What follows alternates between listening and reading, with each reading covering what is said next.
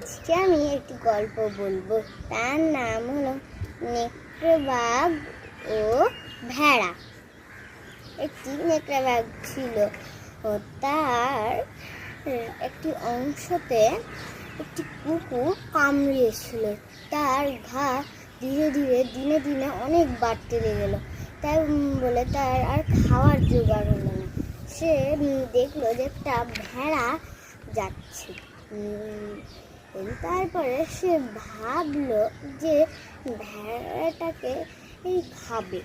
তারপরে সে ভেড়াটাকে বললো যে ভাই, আমি তোমার অনুমতি করে বলছি, ওই খাল থেকে একটু জল এনে দেবে। আমি অনেক দিন হলো আমি একটা জায়গাতেই বসে আছি, আমি একটুকু নড়াচড়া করতে পারছি না, তুমি একটু ওখানে যাবে।